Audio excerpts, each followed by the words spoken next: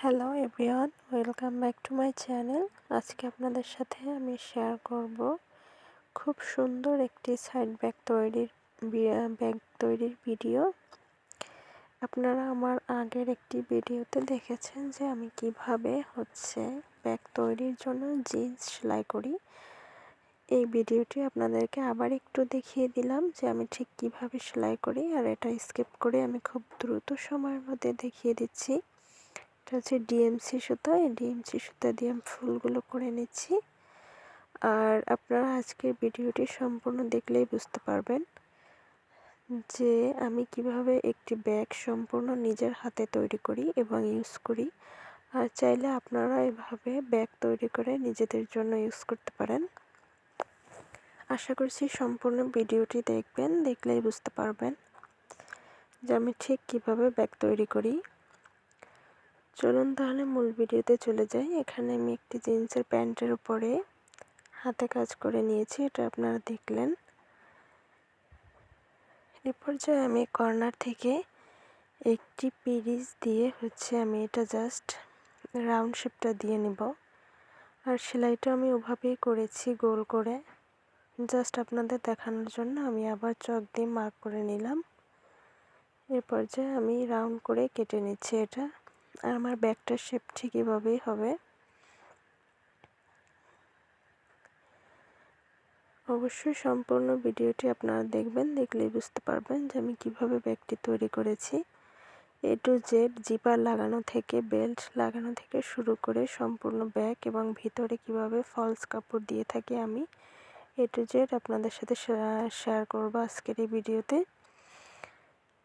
দেখতে পাচ্ছেন আমি পাশ থেকে একটু সাইজ করে কেটে নিয়েছি।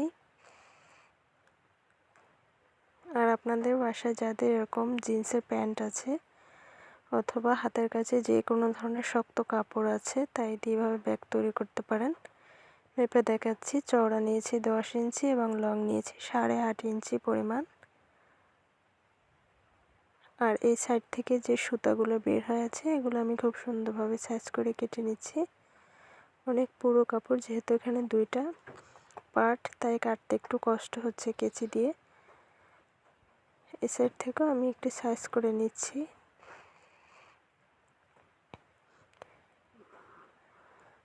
আর যদি ভিডিওটি ভালো লাগে অবশ্যই আপনারা শেয়ার করবেন এবং লাইক কমেন্ট করে আমাকে জানাবেন যে ভিডিও কেমন হয়েছে এবং আমার ব্যাগ তৈরি ভিডিওগুলো আপনাদের কেমন লেগে থাকে।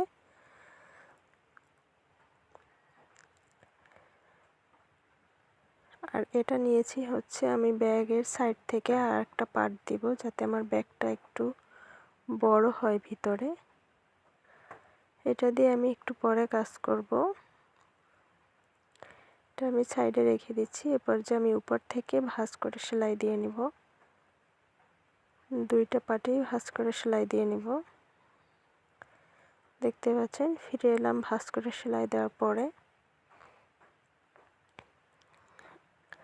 আর আমি দেখলাম যে ব্যাগের সাইড থেকে যদি আমি আধা ইঞ্চি পরিমাণ একটু কেটে দেই, তাহলে আমার ব্যাগের শেপটা আরও বেশি সুন্দর আসবে। আর এখান থেকে 3 ইঞ্চি পরিমাণ নিচে একটু অ্যাঙ্গেল করে কেটে নিচ্ছি। সেমভাবে আমি পিছনের পার্ট এবং সামনের পার্ট দুটো পার্টই কেটে নিব।